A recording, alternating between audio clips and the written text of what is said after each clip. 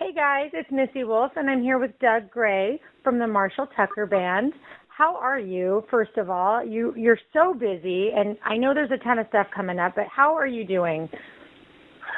Well, mentally and physically, I'm still the crazy guy I've always been.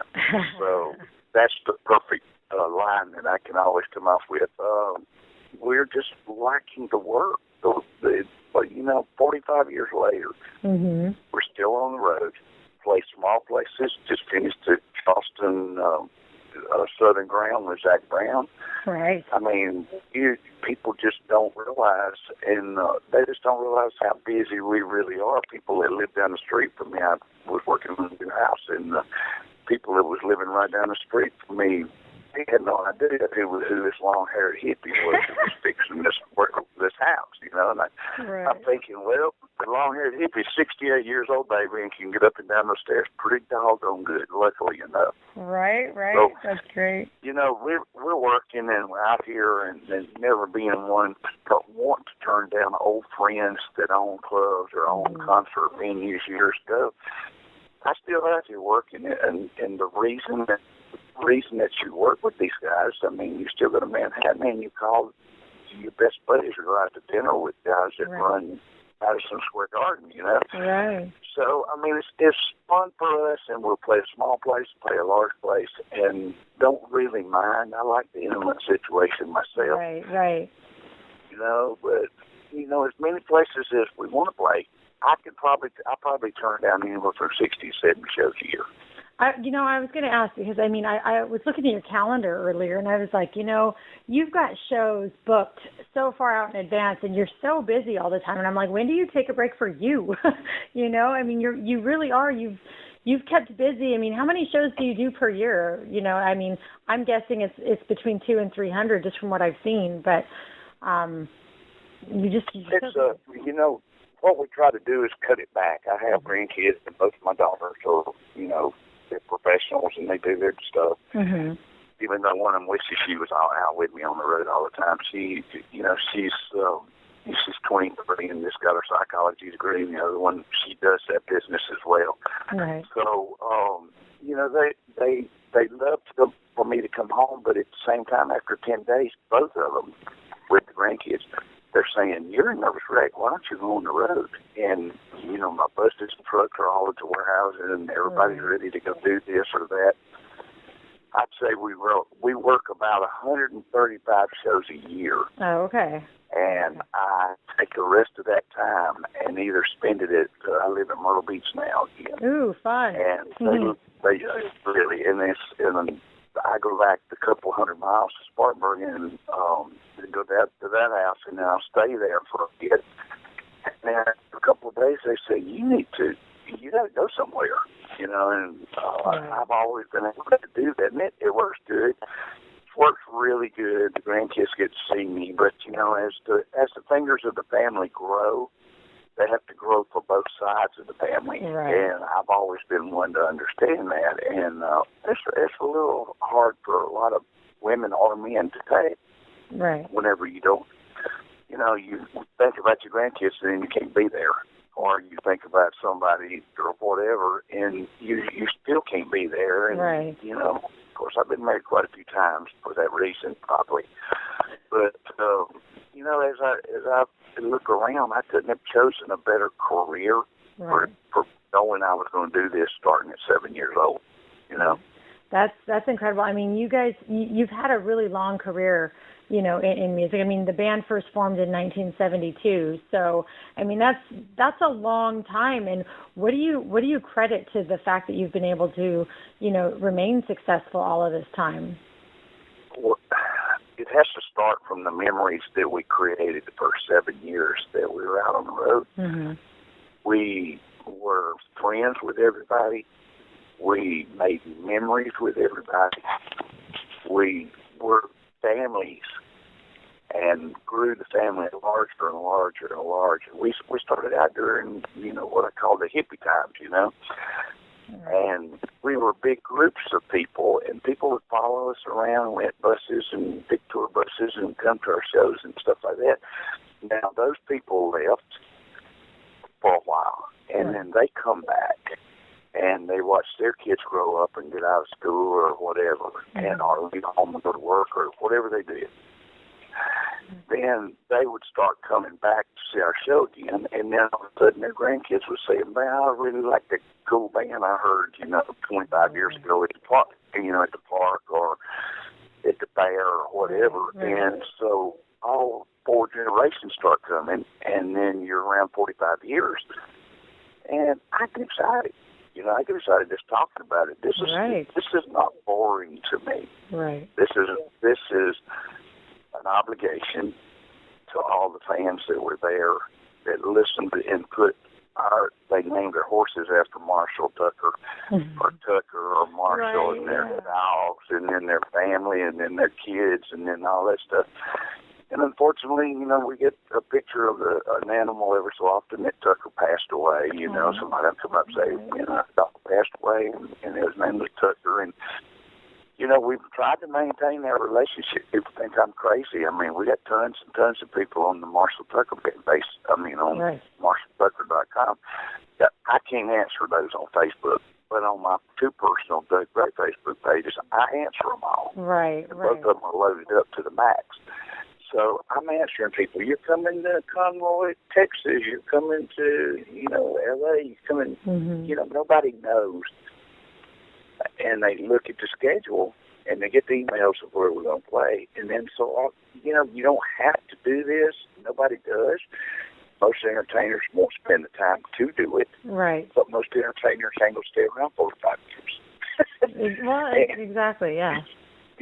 So I try to maintain that relationship, even if it's we can't wait to see you, or 2 or 3 words, just, hey, man, what time are you going to get there? Or, maybe I can come out to the gate and we can say, whatever. Right. It just maintain its credibility. And when you maintain your credibility, you're going to be lifelong friends with people. And Right. I think that's great. And, I think that, it just goes to show you, the importance of staying in touch with your fans and, remembering who they are and, why you get to where you get. It's because of your fans. So maintaining a personal relationship with them, I think, is just absolutely essential to the success of your career. And so, bravo to you for doing that. One who surprised me and blew me away by doing that is Taylor Swift. She's really big. She's huge, and she made it a point to email back all of her fans every day too. So, I think when stars actually do that, it just speaks volumes, and I think that's great. And you're getting ready. We're going to be actually at the same show next weekend. You're going to be in Indio, California for Stagecoach. Now, I'm ready for it. This is my first year. I have never been, and I'm so excited that I get to go and I get to cover this event. Have you been there before? I have been by there, never played. Okay. I think we were invited to play once before, somewhere close by or something like that. But our schedule is kind of like, if you look at it, what you see, there's about 40 or 50 shows missing on those calendars. Oh, okay. And I mean, just like when we go to a private party like we did the other night, we can't put down where that is because we're publicly not allowed to. And so we play those dates, and coming out there and knowing that there's going to be tons of people there, and knowing that it'll be an experience like we experienced when we played with the Grateful Dead for 150,000 people. I mean, that was not in California. That was in New York. Right. Excuse me, Englishtown, New Jersey. Englishtown, So that was a big show. That we never expected it. Nobody did. PA Systems and the Public Address System and all the other guys never expected that to be as quite as large as it was. And coming out, you just are going to be amazed, I think, that some of these larger venues that we do, like the Southern Ground thing we just done with Zach. That was beautiful. Not only did my nephew get, he's in Zach Brown, but also that's Clay Cook. Okay. And most people don't realize that he's related to me until he does an interview or I do an interview. Right, yeah. And I always put him at, but we didn't get on that show for any particular, on YouTube it's all over the place, us doing Midnight Promises with Zach. Okay. And I mean, it's unbelievable. And those that many thousand people come and hit on it. They come in looking, and those are a lot of people that are our old fans as well as the new fans. And believe it or not, our largest market right now is 18 to 37 years old. That's great. I know, especially for somebody that they come out and see an old man that's like their grandpa. You know what I mean? So, you know, you look at it that way.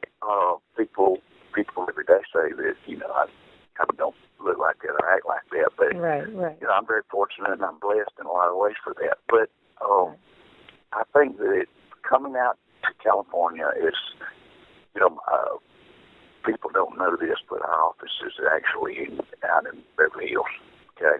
Oh, okay. And so it's good they know it now. And yeah, and so that's okay. We've been, you know, I've been out there in partners with a relationship guide that works with me for a long time. And so we do that. A lot of times I'm up until midnight when they're still, you know, at 9 o'clock out there working. Right. So makes our life a little simpler. Makes my life easy. Thank God for computers and handhelds and everything else now. And you know, so I mean, I get to read what I normally get sent through the mail back in the old days, or wait till you pull over to use a payphone. But I think that has a lot to do substantially with the amount of people that are hearing Marshall Tucker Band for the first time or bringing. I've had people come up to me and say, "Hey, y'all have a record out?" And I'm telling them to look at MarshallTucker.com and then look at the discography. And there's over probably 45 different CDs that we put out. Right. Well, and you have, so, you know, a ton of studio albums and DVDs and live CDs and a ton of compilations. I mean, there's a lot out there. There's a lot out there for you guys. And so, yeah, that's great. You know, the most beautiful part is this every so often, and, you know, I'm a big Twitter person and Instagram, the whole bit. And I'll be sitting there at the house and be off and watching The Voice. And then, you know, somebody gets up there and one of those new artists that has yet to evolve, they're doing Can't You See? And when they do that, you'd be surprised how many people come on and say, "That's just, I just heard it." And yeah, I have to turn my notifications off while I'm enjoying the show, right? Right. Oh, wow. That's great. Yeah, it's a lot of fun, and it's keeping us out there. Plus, we're doing a lot of movie stuff and a lot of series openers this year as well, and I can't really go into those yet. But, you know, a lot of that stuff is happening, and we're performing at the CMA Fest, where all the country artists go once a year, and we're going to be there singing the national anthem for the Nissan Saturday Night Show, which is, I think, is sold out already. How many is it? Whole 70,000 or something like that. Right. So that's, you know, last year we had 20 or 30,000 people on the outside of the building. So this time we're doing the national anthem. So just call us somewhere, wet our lips, and stick us on the wall, and we'll allow them to stay there for a while. You know what I mean? Right, exactly. Now, are you going to be a part of Fanfare X at all while you're there? Are you going to do like any meet and greets while you're there? We always do meet and greets no matter what. And so if they decide to put us an hour before this place or an hour past that place, CMA people have been more than courteous to us ever since it was called something else, you know. So it's grown into this. So a couple of years ago, it was, you know, it's a payback to the audience, and you know, it wasn't as big. Now it is quite a sensation. Yes, it is pretty. It deserves to be. Yeah, it really deserves to be. Well, and you know, so you're going to think I'm completely stalking you guys now, because I will be at Stagecoach, so we'll be there, and then I'm going to be at CMA Fest again too. So it is. Well, all you got to do is all you have to do is come up and say hello, and you know, and then we'll talk, or you know, have a beer together, or whatever you want to do. Absolutely. But that's all you have. That's all you got to do. It's that easy. Let my guys know when you're coming, and let that publicist that don't know what time zone they're in. Let them know, and you know, Don Gross is a nice guy. He just needs to know that he's in the East Beach, and the middle time zone and be on sometimes on the East Coast or the West Coast or even in Scotland, who knows. Right. But they seem to call me at the best times, and that's all that matters. That's great. That's great. Well, I am so glad that I got to talk to you, before Stagecoach, because I know Stagecoach is going to be really busy, and there's going to be so much going on there. I actually don't even know if I'm fully prepared for what it has, but I'm so glad you took the time, to talk to me today. And you have a show tonight, and you're at one of my favorite places. I can't even tell you.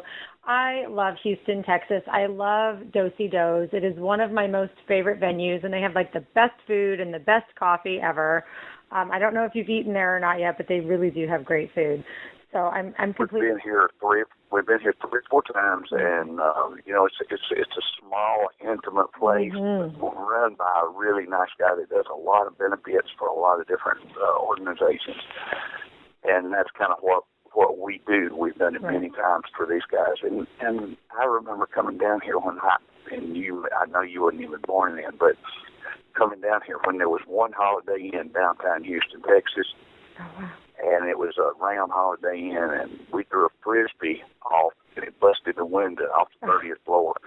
And it busted a window in the car, and one of my guys went down there and put a note in the window that it was our Frisbee that went through their windshield, and we ended up staying in touch with them, and just people, they're 70 and 75 years old now, and, it's hilarious. Houston is a town full of good people, and, this situation of that's going on now. I was just asked for a quote about Prince because he just passed. I don't know when this is going to go, but I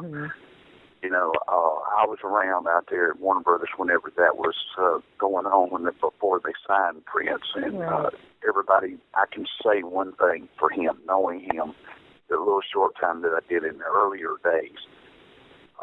He was a legend. He was legendary before he was a legend. Yes. Okay, that's one thing that I can say. And when people are professional, his best performance to me that I ever witnessed was not a part of at that time because we were playing on the outside for the NFL at another venue, was the performance that he did for Super Bowl. Quite. I mean, whether you like country music or rock and roll, everybody I know is a little bit sad because of his loss. Oh yeah. I had to break it to my co-founder today, and he was devastated. And I was like, I know this is just it's such a shock to the music world, to everybody. I mean, Prince. That's just it's just people can't fathom it. We had David Bowie this year, and Prince, and it's an incredible loss to the entertainment industry for sure. I don't know. That one. It's we can only be strong for each other. Right. And that's why we do this kind of stuff. Is because if you talk about it, it helps you to ease through it. Right. And that's why I'm here. I'm here for you. Because he was a great guy. And we've lost a lot of other good ones too. And as we keep losing them, and as much as I hate it, Merle Haggard, and all of these people they were. I know that we will leave memories for great people, and those people certainly have, and they make us all who we are because of Purple Rain or certain songs that come out, and that every one of them, and Merle as well, and knowing that I did know him, these are devastating times for a lot of us, but we'll make it through. Absolutely. I know. It's always challenging, especially when you don't see it coming and you didn't expect to hear it, and your grief and everything kind of will consume you for a bit, but I think definitely hanging on to all the memories and everything they've contributed to your life is so important to carrying them on.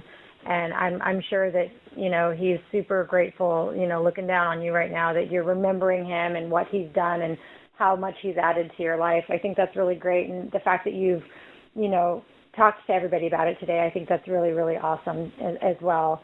I mean, we can all come up with a memory or a story, something, a song, that we related to or that made us feel a certain way because of him. And it's definitely going to be a sad time for a lot of people right now, for sure. Oh, without a doubt, without a doubt. But on a happier note, cannot wait to meet you. Come over there, Absolutely. and if you get overwhelmed by all that stuff that's going on out there, Coachella, at Stagecoach, just come see me. I'll walk you through all this. This will be easy. Okay? All right, awesome. Thank you. Well, thank you so much for taking the time to talk with me, and have just a ton of fun at your show tonight. I'm sure everybody's just gonna be so energized, and you're such a fun guy, and you have, by the way, one of the greatest smiles ever. I was flipping through some of your pictures on social media, and I'm like, you just look so happy and so much fun. Like, it really is very inviting. So I'm sure that you're just going to draw your crowd in, tonight, like always. And it's just, I can't wait to see you guys at Stagecoach, and we're going to have so much fun. I will be sure that we get to meet and we get to say hello and chat for a little bit. It's going to be a good time, and the weather's supposed to be pretty warm, so be prepared. Oh, I'm prepared for that. Right. I was in Vietnam. I can handle that, okay? All right. That's good. All right. Well, dear, I appreciate it, and thank you very much. And the reason I got a smile on my face looking out at all this bad weather in Houston right now, and a lot of people here where I am are not aware of all the flooding, so it's kind of weird that I'm sitting here watching that, but I'm standing here talking to you with a smile on my face talking about the whole history of Houston, and hopefully we'll get smiles on those people's faces. Oh, absolutely. I cannot believe you threw a Frisbee through a Hilton window. Hey, it was pretty cool, actually. If it had a brick on it, I don't think we'd have broke anything. Right? Oh, my gosh, that's awesome. Well, have a good rest of your day, and I will be sure to meet up with you next Sunday at Stagecoach. I can't wait. It's going to be fun. Thank you very much. All right. Have a good one. All right. Bye-bye. Bye.